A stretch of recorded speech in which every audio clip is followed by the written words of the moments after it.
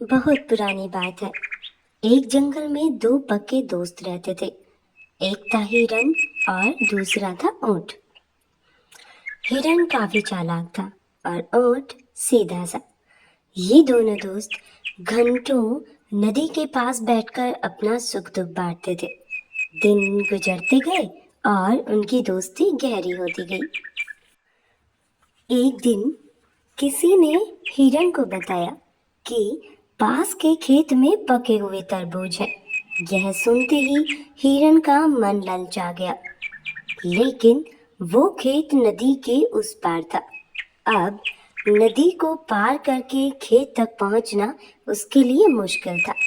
इसलिए वो नदी पार करने की तरकीब सोचने लगा। सोचते सोचते वो ऊंट के पास चला गया।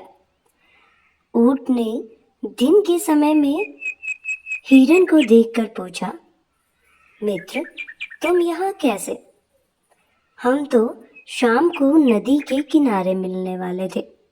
तब हिरन ने बड़ी ही चालाकी से कहा, देखो मित्र, पास के ही खेत में पके हुए तरबूज है। मैंने सुना है तरबूज बहुत मीठे हैं।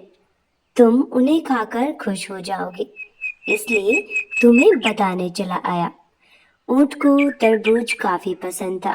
वो बोला, वाह, मैं अभी उस गांव में जाता हूँ। मैंने बहुत समय से तरबूज नहीं खाए हैं। ऊंट जल्दी जल्दी नदी पार करके खेत जाने की तैयारी करने लगा। ऊंट सोचने लगा कि आज तो काफी समय बाद तरबूज खाने को मिलेंगे। मैं जल्दी से नदी पार करके तरबूज खाता हूँ। तभी पीछे से हिरन आ गया।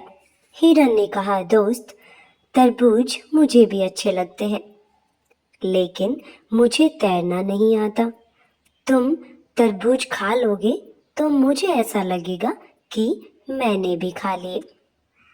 तभी ऊंट बोला, तुम चिंता मत करो, मैं तुम्हें अपनी पीठ पर बैठाकर नदी पार करवाऊंगा और फिर हम साथ में मिलकर तरबूज खाएंगे। ऊंट ने जैसा कहा था वैसा ही किया। ऊंट ने हिरन को अपनी पीठ पर बिठाया और नदी को पार करने लगा। धीरे धीरे ऊंट ने हिरन को अपनी पीठ पर बिठाकर नदी को पार कर लिया। अब ऊंट और हिरन धीरे धीरे खेत के पास पहुंच गए।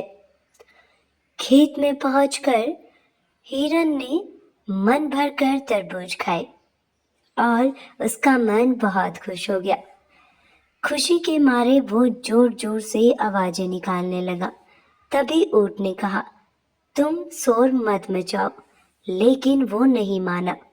अब हिरन की आवाज सुनकर खेत की मालकिन डंडा लेकर खेत में पहुंच गई।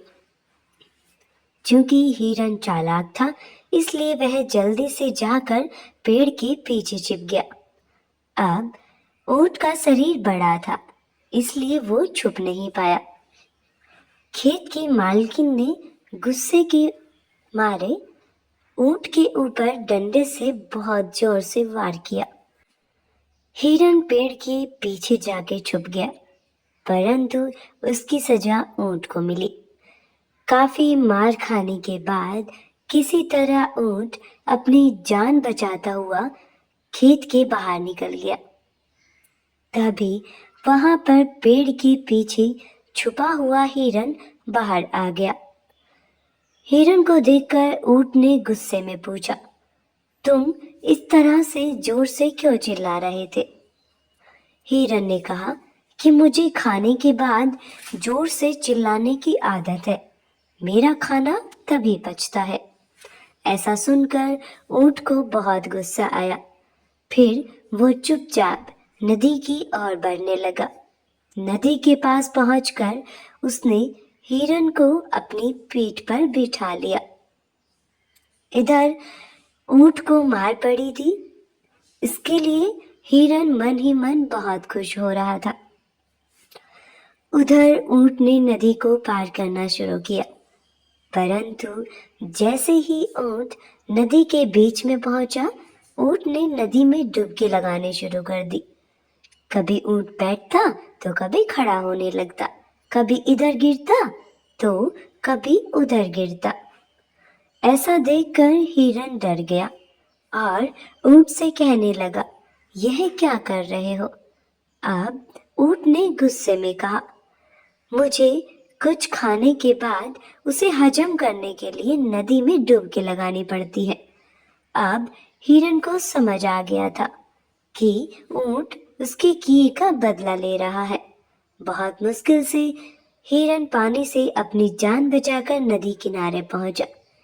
उस दिन के बाद से हिरन ने कभी भी ऊंट को परेशान करने की हिम्मत नहीं की।